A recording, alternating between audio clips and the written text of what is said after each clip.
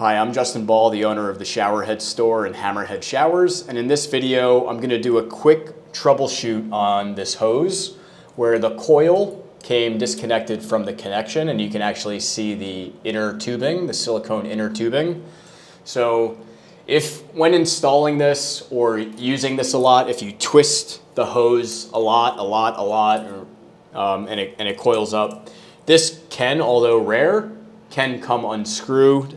And that's all it is. It's just unscrewed. So what you need to do, it's not broken, is you just slide the coil back up, and you can see there's some threads right there.